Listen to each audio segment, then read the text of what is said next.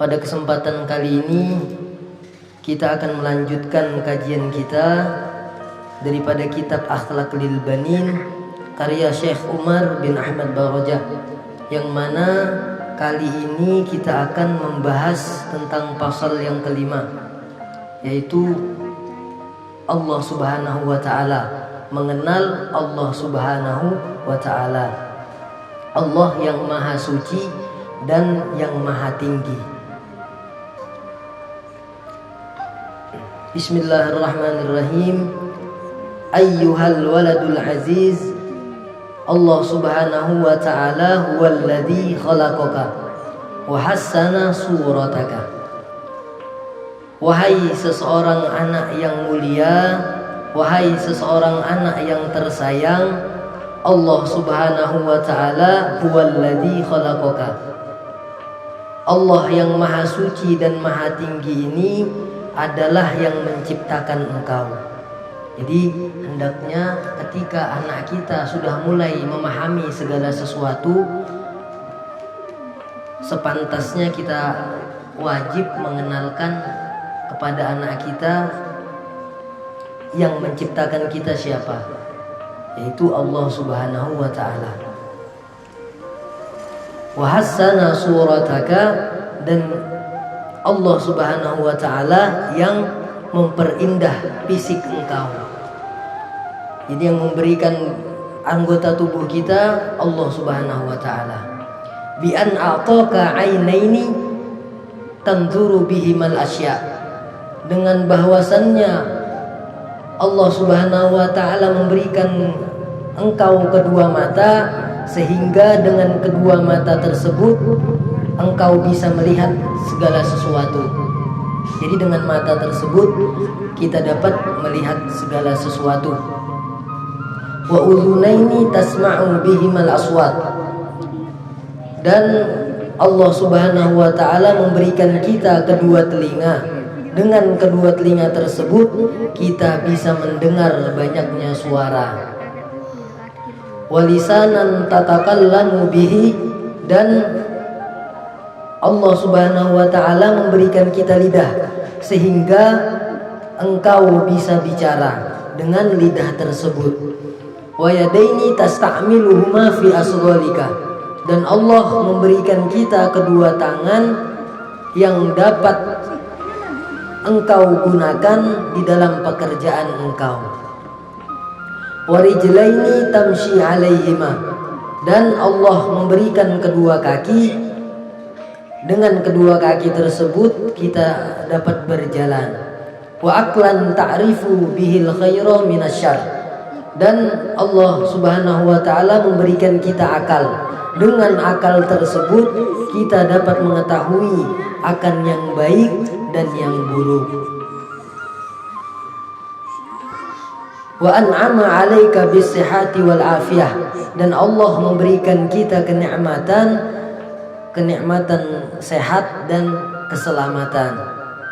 Wa wada'a ar-rahmata fi qulubi walidayka, dan Allah meletakkan rasa kasih sayang di dalam hati kedua orang tua kita.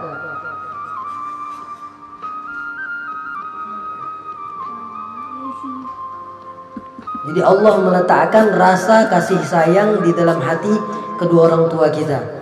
Jadi walaupun anak tersebut nakalnya minta ampun, pasti orang tua masih ada rasa sayang sama anaknya. Jadi itu sudah Allah Subhanahu wa Ta'ala meletakkan daripada rasa kasih sayang tersebut. Hatta rabbayaka tarbiyatan hasanah, sehingga engkau dididik oleh kedua orang tuamu dengan pendidikan yang baik. Jadi seorang anak mulai dari kecil, kalau sudah bisa memahami segala sesuatunya, kita juga harus mengenalkan Allah Subhanahu wa Ta'ala yang menciptakan kita siapa, yang memperindah fisik kita, yang memperindah rupa kita siapa, kita kenalkan kepada anak kita. Kemudian fayajibu 'alaika an tu'azzima rabbaka wa tuhibbuhu,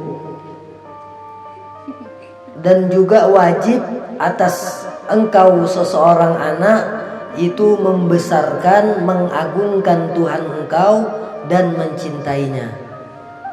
Jadi setelah kita mengenalkan kepada anak kita siapa yang menciptakan kita, kemudian wajib kita ajarkan juga untuk mengagungkan Tuhan kita dan mencintai Tuhan kita.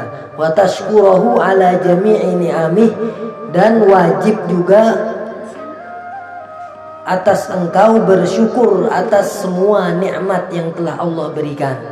Bagaimana cara bersyukurnya?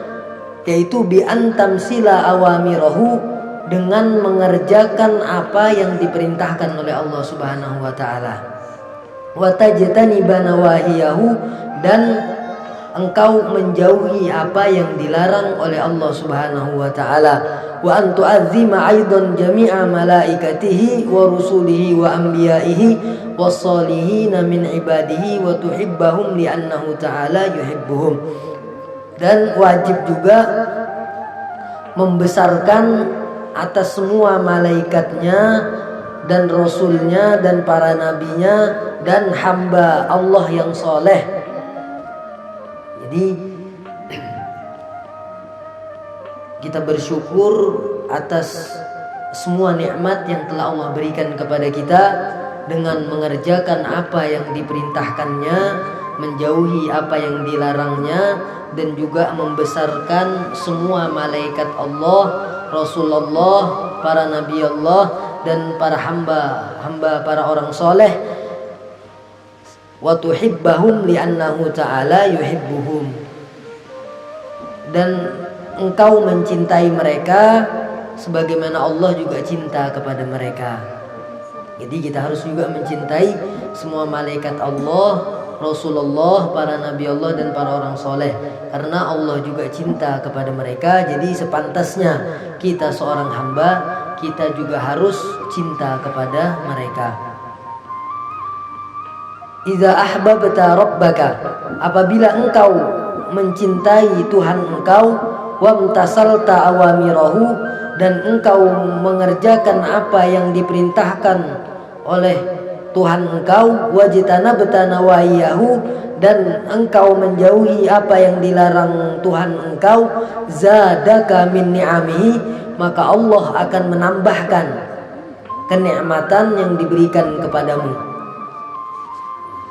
Jadi Allah tambahkan kenikmatan yang diberikan kepada kita apabila kita mencintai Allah, kemudian kita mengerjakan apa yang diperintahkannya dan menjauhi apa yang dilarangnya. Wa ja'alaka mahbuban bainan nas, dan engkau akan dijadikan oleh Allah Subhanahu wa taala dicintai di hadapan manusia. Jadi apabila kita cinta dengan Allah, kita mengerjakan apa yang diperintahkannya dan menjauhi apa yang dilarangnya, maka Allah akan menjadikan kita dicintai di hadapan manusia. Wa hafizaka min kulli adza, dan engkau akan dijaga oleh Allah daripada tiap sesuatu yang baik, tidak tiap sesuatu yang tidak baik, tiap sesuatu yang menyakitkan. Jadi Allah pelihara kita daripada segala sesuatu yang tidak baik. Wa ataka kullama turid, dan Allah akan memberikan engkau apa yang engkau inginkan. Minar rizki wa ghairihi, daripada rizki dan selainnya. Jadi wajib kita membesarkan Allah Subhanahu wa taala dan mencintainya, dan juga bersyukur atas segala nikmat yang telah Allah berikan kepada kita dengan mengerjakan apa yang diperintahkannya dan menjauhi apa yang dilarangnya. Dan juga kita harus membesarkan semua malaikat Allah, para Rasulullah, para Nabi Allah, dan para orang soleh. Apabila kita cinta kepada Allah, cinta kepada semuanya yang disebutkan tadi, maka Allah akan menambahkan apa yang kenikmatan apa yang diberikan kepada kita, dan Allah jadikan kita dicintai di hadapan manusia, dan Allah pelihara kita daripada segala sesuatu yang menyakitkan, dan Allah memberikan kita apa yang kita inginkan daripada rizki dan sebagainya. Apa yang kita inginkan dikabulkan oleh Allah Subhanahu wa taala apabila kita penuhi yang semuanya tadi. Jadi seseorang anak dari kecilnya harus diajarkan dan harus diberitahu mengenai siapa itu Allah Subhanahu wa taala dan apa yang telah Allah berikan kepadanya, dan juga apa yang harus dilakukan,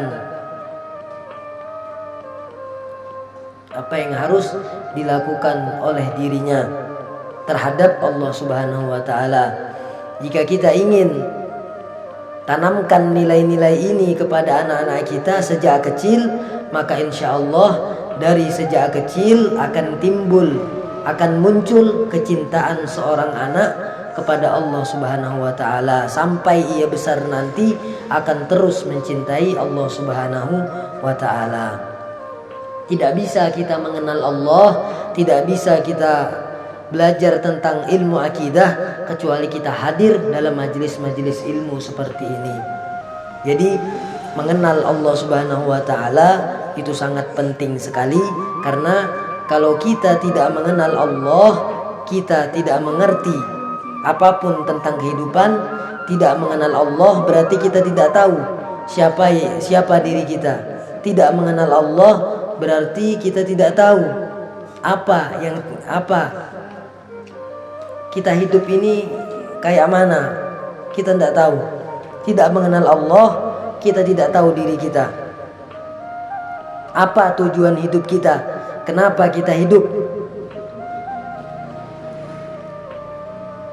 Mau sholat khusyuk juga tidak bisa kalau tidak mengenal Allah Subhanahu wa taala. Paling khusyuknya itu dalam bacaannya aja. Dalam bacaannya khusyuk, tapi dalam hatinya itu tidak bisa khusyuk kalau tidak mengenal Allah Subhanahu wa taala. Tidak bisa kita menikmati hakikat kebahagiaan tanpa mengenal Allah. Belajar fikih itu sangat penting. Sangat penting belajar fikih. Tapi kalau kita tidak didasari dengan ilmu akidah, ilmu mengenal Allah, sangat besar kemungkinan menjadi sumber pertentangan, menjadi sumber pertengkaran. Jadi kurang keindahan Islamnya. Dan juga apabila kita belajar ilmu akidah tapi tidak belajar ilmu fikih juga salah, juga tidak bisa, karena itu ilmu akidah dan ilmu fikih itu sudah satu paket.